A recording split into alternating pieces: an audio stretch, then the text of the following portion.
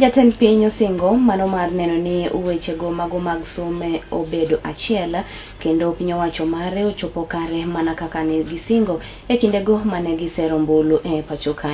Weche maket koda magi ne owacho sechego mane entiere gwengego mago ma Nandi seche mane olemo sikund primary mano ma Kapsabet Boys to ok lemo Kapsabet Girls. Avoid the pitfalls of the past, where our universities were almost insolvent because scholarships, capitation, loans for our students were not properly arranged.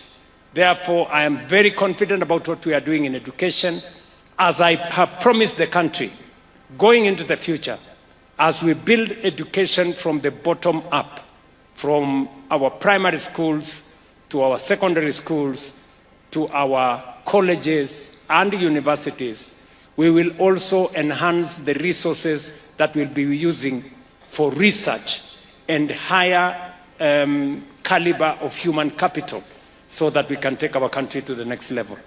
So I want to assure the student fraternity, the education stakeholders, that Kenya is going to position education, as has always been, at the center of our development. Na ndio sababu hiyo nimesikia vile mumesema hapa. Wakati nilikuja hapa tulikuwa na facilities ambazo hazikuwa zimekamilika. Nimefurahi ya kwamba zimekamilika. Hapa nyuma nimeona dormitory ambayo inajengwa ya wasichana 1000. Mimi nataka niwahakikishia kwamba tutakuwa na, nitaambia waziri ahakikisha kwamba kuna pesa ya kutosha kukamilisha hiyo dormitory. Lakini mbali na hayo, mimi nakubaliana na mwalimu mkuu wa shule hii.